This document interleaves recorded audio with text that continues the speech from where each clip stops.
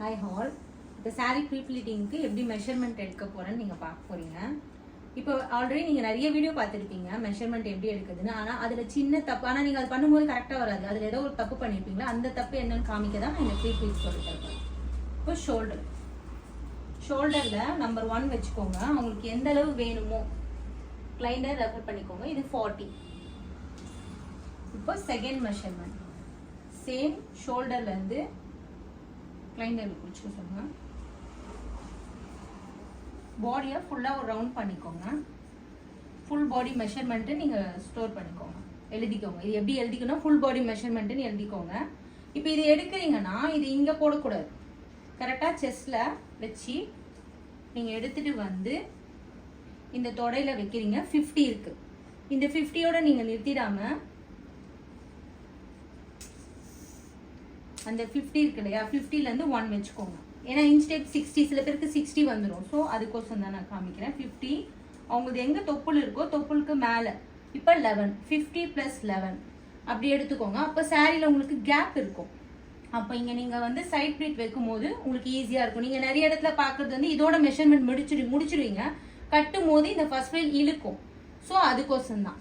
இப்போ தேர்ட் வந்து சென்டர். இப்போ ஹிப் எடுக்க போகிறோம்.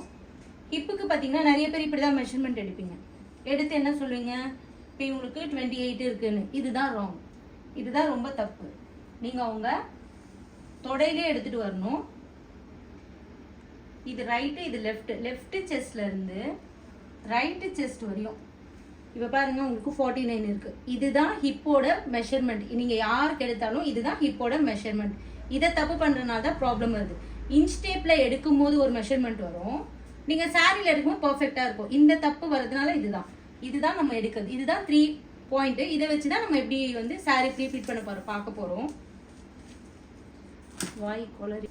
இப்போ பார்த்தீங்கன்னா நான் சொன்னேன் இல்லையா, சாரிக்கு ஹிப்புக்கு நீங்கள் இப்படி எடுப்பீங்க. எடுத்துட்டு 28ன்னு சொல்லி இப்போ நீங்கள் சாரிக்கு எடுக்கிறீங்கன்னு நினச்சிக்கோங்க. நிறைய பேர் இப்போ நம்ம மெஷர்மெண்ட்லாம் பார்த்துட்டு நானும் அது மாதிரி தானே பண்ணியிருப்பேன். இப்போ எடுத்து 28 இதை எடுத்துருவோம். கிளைண்டும் நீங்கள் நிறைய பேர் இன்ச் டேப்பில் அளவு கொடுங்கன்னா இப்படி தான் கொடுப்பாங்க.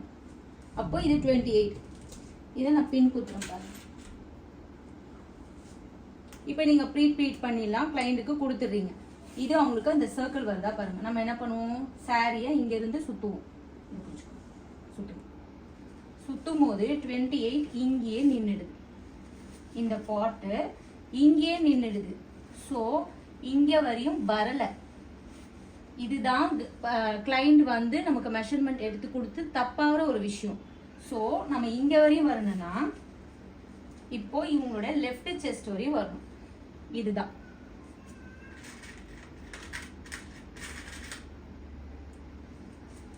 இப்போ இந்த பின் நான் இங்கே குத்திக்கிறேன். இது பார்த்தீங்களா, பிடிச்சிக்கோங்க.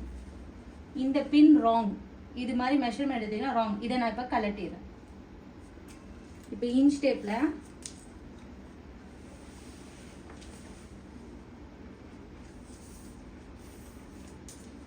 இந்த 1லேருந்து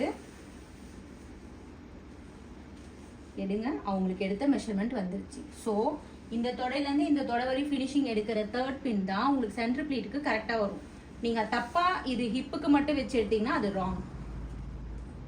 இப்போ பார்த்தீங்கன்னா சாரிக்கு ஷோல்டரு, ஃபுல் பாடி மெஷர்மெண்ட்டு, அதுக்கப்புறம் ஹிப்பு பண்ணுறது, இந்த 3 பாயிண்ட் பின் மட்டும் உங்களுக்கு நான் சொல்லி தந்திருக்கேன். இன்னும் 2 பின்ஸ் வந்து அயன் பண்ணும்போது அது எப்படி வரும்ன்றதை உங்களுக்கு நான் சொல்லித்தரேன் நெக்ஸ்ட் வீடியோவில்.